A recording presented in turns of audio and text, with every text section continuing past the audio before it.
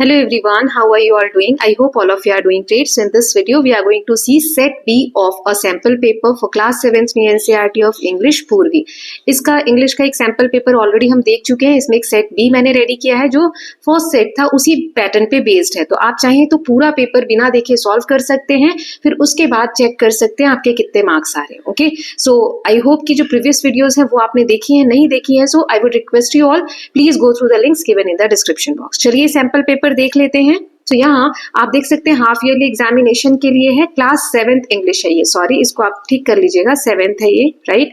Now यहाँ पर 2.5 घंटे का टाइम रहेगा, 60 मार्क का ये पेपर है. 60 मार्क्स का सेक्शन ए है रीडिंग, जिसमें आप देख सकते हैं पैसेज दिया है बुक का और एक पोएम दी गई है, चैप्टर की और एक पोएम दी गई है. देन राइटिंग में आप 12 मार्क्स का ये पार्ट रहेगा, इसमें एक डायरी राइटिंग है, लेटर राइटिंग है. सेक्शन सी ग्रामर रहेगा आपका, उसमें आपके जो क्वेश्चंस है 14 मार्क्स के हैं. सेक्शन डी लिटरेचर है, जो आपके टेक्स्ट बुक में जो चैप्टर्स वगैरह थे उसमें से क्वेश्चन आंसर्स दिए गए होंगे. सारे क्वेश्चंस कंपल्सरी हैं और सबके मार्क्स उनके आगे लिखे हैं. क्वेश्चंस केयरफुली आपको रीड करना है, फिर आंसर करना है. And all of you know tips and tricks which I discuss in each and every video before starting the paper. क्या टिप्स होते हैं एग्जामिनेशन के लिए कि आपको टाइम मैनेजमेंट पे ध्यान देना है, पेपर टाइमली कंप्लीट करना है so that you can get time at the end कि आप पेपर रिवाइज कर सकें. राइटिंग आपकी जो है हैंड राइटिंग वो एक लेजिबल होनी चाहिए, अच्छी होनी चाहिए, साफ सुथरा लिखना है, ज्यादा कटिंग्स वगैरह नहीं करनी है. Then next is don't panic. अगर पेपर में एक तो क्वेश्चन नहीं आता है स्टार्टिंग में ही तो घबराना नहीं है, जो आता है उससे पेपर को स्टार्ट करना है. टाइम मैनेजमेंट पे ध्यान देना है, ये नहीं कि जो क्वेश्चन आता है उस पर आप बहुत ज्यादा टाइम वेस्ट कर दे, बाद में जो क्वेश्चन आते थे वो भी छूट जाएंगे क्योंकि टाइम नहीं रहेगा, right. And then go through the paper. एक बार पूरे पेपर को ओवरलुक ले लेना है ताकि पेपर में कहाँ क्या दिया गया है. जैसे अभी हमने देखा कि सेक्शन ए में रीडिंग पार्ट है, पैसेज दिया है, इसके कुछ क्वेश्चंस हैं, फिर पोएम का पैसेज है, इसके कुछ क्वेश्चंस है, फिर डायरी राइटिंग है, फिर लेटर राइटिंग है ना. सेक्शन सी ग्रामर में यहाँ पे वर्ब्स हमें करेक्ट फॉर्म फिल करना है. फिर नेक्स्ट ऐसे ही आप देख सकते हो यहाँ पे डायरेक्ट में हमें चेंज करना है, इसमें भी 4 क्वेश्चन दिए हुए हैं. फिर रीअरेंज करके मीनिंगफुल सेंटेंस बनाना है, फिर करेक्ट ऑप्शन इनमें से कौन सा है वो हमें चुनना है. सेक्शन डी लिटरेचर है जहाँ पे 2-2 मार्क्स के क्वेश्चन है 3, फिर क्वेश्चन नंबर 10 में 4-4 मार्क्स के क्वेश्चन है 3, और क्वेश्चन नंबर 11 में 5-5 मार्क्स के 2 क्वेश्चन है. तो इस तरीके से आप देख लेंगे कि क्या क्या क्वेश्चन है, कहाँ दिया हुआ है, तो पेपर को अच्छे से सॉल्व करने में आपको हेल्प मिलेगा. ओके, चलिए पार्ट 1 से स्टार्ट करते हैं, जिसमें सेक्शन ए रीडिंग लेंगे, पैसेज दिया गया है उसको रीड करते हैं, फिर क्वेश्चन के आंसर करेंगे. So Helen Keller once said the best and most beautiful things in the world cannot be seen or even touched, they must be felt with heart. Despite being blind and deaf, Helen Keller became a symbol of courage and determination. With the help of her teacher, she learned to communicate and later inspired millions with her speeches and writings. Her life shows us that challenges can be overcome with patience, guidance and persistence. So Helen Keller वाला chapter हमने देखा था जिसमें कि वो देख नहीं सकती थी, सुन नहीं सकती थी, फिर भी उन्होंने कैसे चीजें सीखी है ना, उनका करेज, डिटर्मिनेशन के बारे में हमने पढ़ा था. So उस बेसिस पे ये क्वेश्चन इस पैसेज पे पहला है, what was Helen Keller unable to do, वो क्या नहीं कर सकती थी. Who helped her to learn and to communicate, what does her life teach us, and give us synonym of courage. Courage का एक और सेम वर्ड मिलता जुलता पैसेज से देना है. तो चारों के आंसर हम देख लेते हैं. सो हेलेन केलर क्या नहीं कर सकती थी, वो एक तो ब्लाइंड थी और डेफ थी, वो सुन भी नहीं सकती थी और देख भी नहीं सकती थी. उनको किसने मदद की, तो उनके टीचर ने मदद की जिनका नाम था Anne A Sullivan. Then life का क्या लेसन हमें सीखने को मिलता है. So her life teachers us that challenges can be overcome. जो भी कठिनाइयां हैं उनसे हम बाहर निकल सकते हैं अगर हम पेशेंटली काम लेते हैं, गाइडेंस लेते हैं दूसरों का, और परसिस्टेंस लगातार काम करते हैं. तो करेज का एक और वर्ड होता है ब्रेवरी, जिसे हम सिनोनिम भी बोलते हैं, सेम वर्ड सेम मीनिंग वाला वर्ड होता है. ओके, नाउ पोएम का पैसेज दिया गया है सेकंड क्वेश्चन में. See the paper boats drifting by carrying dreams across the sky with every fold a wish takes flight sailing onwards out of sight. हमने paper boat वाली poem में पढ़ा था. So what are boats carrying, boat इसमें क्या carry कर रही है, इसके आंसर्स यहाँ देख लेते हैं. सो बोट्स आर कैरिंग ड्रीम्स, सपने, जो सपने हैं उनको ये बोट क्या कर रही है, ड्रिफ्ट अपने साथ लेकर जा रही है. Then second is what happens to wish in the poem. कविता में विश जो है, इच्छा जो है, उसके साथ क्या हो रहा है. So wish takes flights and sails out of the sight. जो इच्छाएं हैं वो उड़ान भर रहे हैं और हमारी नजरों से बहुत दूर उड़कर जा रहे हैं. Then write 2 poetic devices used in stanza. इस पोएम में कौन से ऐसे 2 poetic devices यूज किए गए हैं इस पैराग्राफ में वो बताना है. जैसे metaphor, boats and streams, imagery, एक इमेजिनेशन क्रिएट की गई है, राइट, और एक ऐसी कल्पना की गई है, जो कि रियलिटी में ऐसा नहीं होता है। Then what feeling does the poem evoke in the reader, जो कवि हैं वो रीडर में, पढ़ने वाले में क्या एक फीलिंग जागरूक करना चाहते हैं। होप एंड इमेजिनेशन, आशा, उम्मीद और एक इमेजिनेशन, कल्पना करने की शक्ति। ओके, नाउ नेक्स्ट है, जैसा मैंने आपको बताया था, पहला इसमें क्वेश्चन है, मतलब क्वेश्चन नंबर 3 सेक्शन बी का है, डायरी राइटिंग। ये 6 मार्क्स का रहेगा आपका। इसमें इमेजिन करना है that you are a boy from the day a river spoke, ये वाला चैप्टर जो आपने पढ़ा था उसमें से आपको एक रोल प्ले करना है। आपको एक डायरी एंट्री लिखनी है और अपनी फीलिंग्स बतानी है। जो रिवर्स की विजडम है, रिवर की जो एक चतुराई थी, उसके बारे में जानने के बाद आप क्या बताना चाहते हैं, क्या आपको फील हो रहा है, वो लिखना है डायरी एंट्री में। और लेटर राइटिंग है, जिसमें you recently read the story my brothers great invention, ये स्टोरी आपने अभी पढ़ी है। आपको एक लेटर लिखना है अपने फ्रेंड को डिस्क्राइब करते हुए कि कैसे कोई इन्वेंशन लाइफ को इजी कर देता है और चैलेंजेस भी लेकर आता है। सो चलिए दोनों क्वेश्चंस हम कर लेते हैं। पहले क्वेश्चन नंबर 3, जिसमें डायरी एंट्री लिखनी है। सो आपको पता है डायरी एंट्री में पहले हम डेट लिखते हैं, यहाँ पर आप टाइम भी लिख सकते हैं, जैसे 6 PM मान लो लिख लिया, ठीक है, ये आप लिख सकते हैं।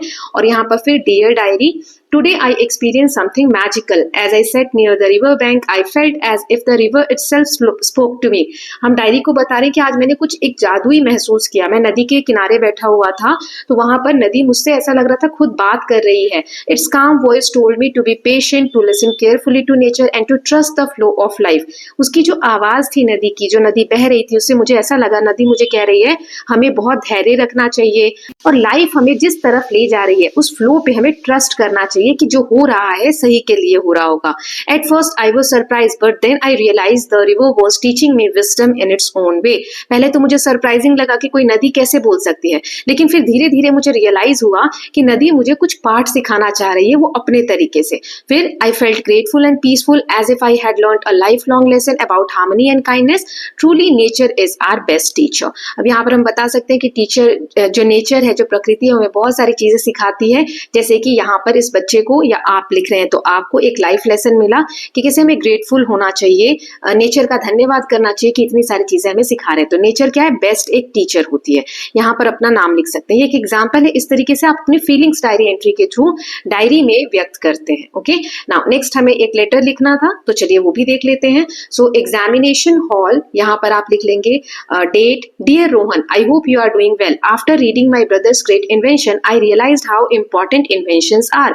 ये चैप्टर पढ़ने के बाद मुझे रियलाइज हुआ कि जो इन्वेंशंस होते हैं वो कितने इंपॉर्टेंट होते हैं, जरूरी होते हैं। They make life easier, save time and help us progress. ये जो इन्वेंशंस है, जो खोज हम नई नई करते हैं, ये हमारी लाइफ को आसान बना देते हैं, हमारा टाइम सेव करते हैं और हमें हेल्प करते हैं प्रोग्रेस के लिए। But at the same time they also harm the environment or make people lazy if misused. अगर हम इन इन्वेंशंस को सही से यूज ना करें तो ये हमें लेजी बना देते हैं और हमारे एनवायरनमेंट को भी बहुत ज्यादा नुकसान कभी कभी पहुंचाते हैं। I believe inventions are useful only when used wisely. मैं समझता हूँ या मेरी समझ में इन्वेंशंस कोई भी तभी यूजफुल है, तभी लाभकारी है, जब हम उसको अच्छे से चतुराई से यूज करते हैं, वाइजली यूज करते हैं।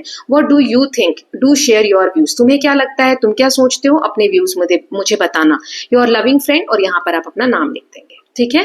तो इस तरीके से लेटर लिखेंगे। Now next question is section C. इसमें एक एक करके हम सारे क्वेश्चंस देखेंगे। जैसे इसमें करेक्ट फॉर्म भरना था, ही dash tries again and again until he succeed. Tries आएगा, क्यों?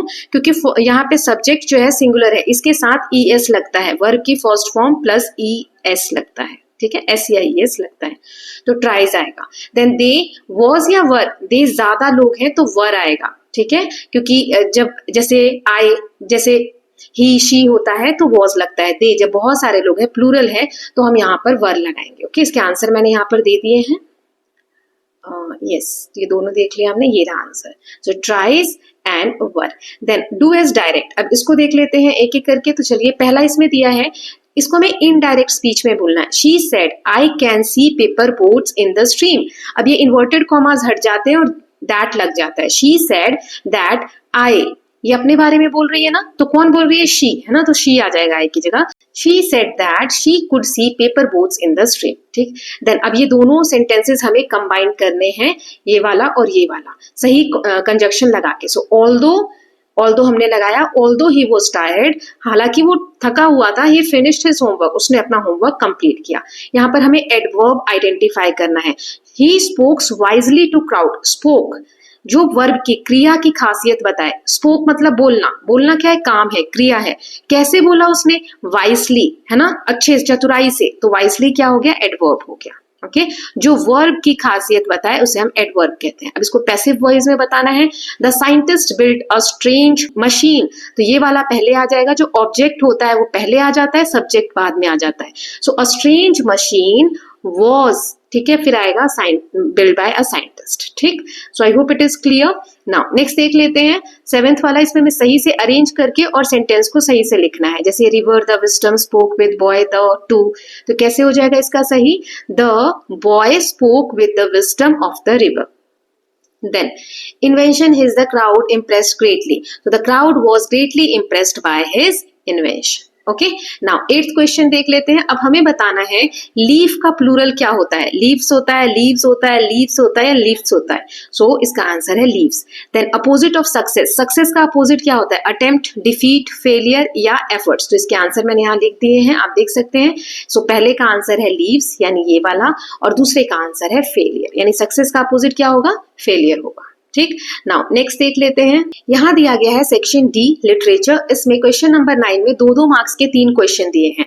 What lesson does the poem try again teach us, क्या पोएम, ये जो पोएम ट्राई अगेन थी, मकड़ी वाली जो हमने पोएम पढ़ी थी, उसमें हमें क्या सीखने को मिलता है। Then how does doctor Dolittle show his love for animals, then why does the poet in paper boats compare his paper boats to dream. तो ये तीनों का आंसर देख लेते हैं, छोटे छोटे आंसर होंगे क्योंकि 2 मार्क्स का ही है। सो ट्राई अगेन पोएम क्या सिखाती है हमें, so this poem teaches us the value of perseverance, कि लगातार हम कोई काम करते हैं उसकी वैल्यू क्या होती है वो सिखाते हैं।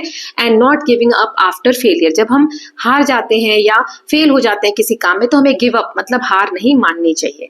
डॉक्टर डू लिटिल जो सभी एनिमल्स के प्रति उनका जो लव है वो कैसे पता चलता है, so he shows love by caring of sick animal, care करते हैं बीमार जानवरों की, लर्निंग देयर लैंग्वेज, उनकी लैंग्वेज लर्न करने के उससे, और ट्रीटिंग देम काइंडली, और दया से उन सभी जानवरों को ट्रीट करते हैं। Then why does the poet in the paper boat compare his paper boat to dreams, so the poet compares paper boat को पोएट ने ड्रीम्स के साथ, सपनों के साथ कंपेयर किया, because they carry hopes, wishes and imagination, क्योंकि ये जो पेपर बोट है ये सपनों की तरह, इसमें उम्मीदें हैं, इच्छाएं हैं और बहुत सारी हमारी इमेजिनेशन कैरी करते हैं paper boats. Okay, so I hope the answers are clear. Now अब क्वेश्चन नंबर 10 है, यहाँ पर आपको 4-4 मार्क्स के 3 क्वेश्चन दिए हैं। 4 मार्क्स का है तो थोड़ा बड़ा लिखना होगा आपको। जैसे पहला है, रिवर कैसे गाइड की थी स्टोरी में, the day river spoke, so the river guided by teaching valuable lesson about life. It explains just as river keeps flowing despite obstacles, people should also move forward with courage and determination. The river inspired to remain hopeful and to face difficulties bravely. कि कोई भी कठिनाई आती है तो उसे बहुत brave तरीके से हमें फेस करना चाहिए, हार नहीं माननी चाहिए। Then what qualities of Helen Keller inspire you the most in 3 days to see? Helen Keller की कौन सी आपको एक क्वालिटी सबसे ज्यादा इंस्पायरिंग लगती है, तो इसका आंसर मैंने लिखा है कि She inspires us through her courage, determination and positive attitude. उनका जो courage, हिम्मत थी, determination, इच्छा शक्ति थी, या फिर positive जो attitude था, ये inspire करता है। दो blind and deaf, जबकि वो देख नहीं सकती थी, सुन नहीं सकती थी, she never gave up learning. उन्होंने कभी सीखना नहीं बंद किया। Her desire to use even 3 days of sight to observe and cherish the world shows her appreciation of life and inspire us to value our own ability. जो story में हमने देखा कि 3 दिन उनको देखने की एक पावर मिली, उसमें भी उन्होंने दुनिया को जानने की बहुत सारी कोशिश की। तो हमें ये इंस्पायर करते हैं कि हमारे पास जो एबिलिटीज हैं उनको कितना वैल्यू हमें करना चाहिए। Then why is the man in a funny man considered humorous, जो फनी मैन हमने पोयम पढ़ी थी उसमें वो जो व्यक्ति है ह्यूमरस यानी एक हंसी मजाक वाला कैरेक्टर उसका क्यों दिखता है, कुछ एग्जांपल्स देने हैं। तो चलिए आंसर देख लेते हैं। So the man in a funny man is considered humorous because of his amusing actions and witty remarks, he often created laughter by turning ordinary situation into funny one. वो कुछ ऐसी बातें कर रहा था, बोल रहा था जिससे कि सिचुएशन एक हंसी मजाक का बन जाता था। Then his playful nature and ability to make others laugh made him memorable, showing the joy that humour brings to every day. जैसे रोज वाला एग्जांपल था, वो रोज देने जाता है जबकि जूते निकाल लेता है ना। सो इस तरीके की हमने उसके कैरेक्टर्स में देखा था जो कि वो ह्यूमरस साउंड कर रहा है। नाउ नेक्स्ट क्वेश्चन है क्वेश्चन नंबर 11। इसमें 2 ही क्वेश्चन है जो 5-5 मार्क्स के हैं, मतलब इसमें आपको एक पैसेज जैसा लिखना होगा 80 वर्ड्स में। So my brothers great invention show both excitement and difficulties of new discoveries, discuss with reference to the story. तो चलिए को इस आंसर को देख लेते हैं। So the story my brother great invention highlight both, इसमें हमें कोई नए इन्वेंशन की एक्साइटमेंट क्या होती है और डिफिकल्टीज क्या होती है कई डिस्कवरीज की, वो बताई गई है। ब्रदर जो था वो पूरा खुश था, एंथुसियास्ट था, मतलब बहुत एक्साइटेड था अपने इन्वेंशन पे वर्क करके, dreaming of success and recognition. However invention did not work as expected, जैसा वो सोचता था उसके इन्वेंशन वैसा नहीं करते थे बल्कि प्रॉब्लम्स क्रिएट कर देते थे। इससे पता चलता है that new discoveries often face failures, doubts and mistakes before becoming useful. The story teaches us that true inventors needs creativity, patience, courage to accept failures as step towards success. Okay, now next देख लेते हैं, मतलब कोई भी invention, एक सफल invention बनने से पहले उसमें आपको बहुत सारे डिफिकल्टीज का सामना करना पड़ता है, तब जाके आपको सफलता मिलती है। Now in Say the Right Things, how did the characters word change the situation? जो ये हमने स्टोरी पढ़ी थी Say the Right Thing, इसमें कैसे कोई कैरेक्टर जो है वो सिचुएशन को चेंज करे। What does the story teach about the power of language? जो हमने पढ़ा था कि कैसे वो बच्ची बोलना नहीं जानती है और उल्टी सीधी चीजें बोल देती है मेहमानों के सामने, तो इसमें लैंग्वेज की पावर के बारे में हमें क्या पता चलता है। चलिए इसका आंसर देख लेते हैं। सो इन से द राइट थिंग जो कैरेक्टर्स वर्ड्स है completely change the situation, sometimes making them humorous, कभी कभी बातें उस बच्ची की सुनकर या कैरेक्टर्स की बातों को पढ़कर ह्यूमरस, हंसी मजाक जैसा एक फनी माहौल लग रहा था। अदर टाइम्स कॉजिंग मिसअंडरस्टैंडिंग, कभी कभी मिसअंडरस्टैंडिंग हो रही थी बातों से। The story shows the language has great power, language की एक बहुत इंपॉर्टेंट पावर होती है, स्टोरी से हमें पता चलता है। Wrong word can create confusion while the right word can bring joy and laughter, it reminds us to think before speaking. ये हमें बताती है स्टोरी कि हमें बोलने से पहले सोचना चाहिए, क्योंकि words can influence people's feeling, जो लोगों की भावनाएं हैं उसको ये वर्ड्स जो है इन्फ्लुएंस कर सकते हैं। अच्छे वर्ड्स बोलोगे तो खुशी पहुंचा सकते हैं, नहीं तो दुख भी पहुंचा सकते हैं। तो स्टोरी का मैसेज एकदम क्लियर था कि we should use words with care, kindness and thoughtfulness as they can shape both situations and relationships. Okay, so with this students we are done with the sample paper. इसका set B भी हमने देख लिया है, बाकी subjects के भी sample paper के सेट बीज में अपलोड कर दूंगी, बाकी तो मैंने किया है। और कौन कौन से सैंपल पेपर्स आप लोगों को चाहिए please let me no in the comment section, ताकि मैं जल्दी से पहले वो अपलोड कर दूं, फिर बाकी की चीजें अपलोड करना है। या कोई टेक्स्ट बुक का कोई चैप्टर रह गया है जो मुझे पहले एक्सप्लेन करना चाहिए, so please let me know. Okay, so will meet very soon with the next sample paper और next video. Till then please take care of yourself, keep learning, keep revising and don't forget to subscribe Kalya TV channel for more such videos. Thank you so much.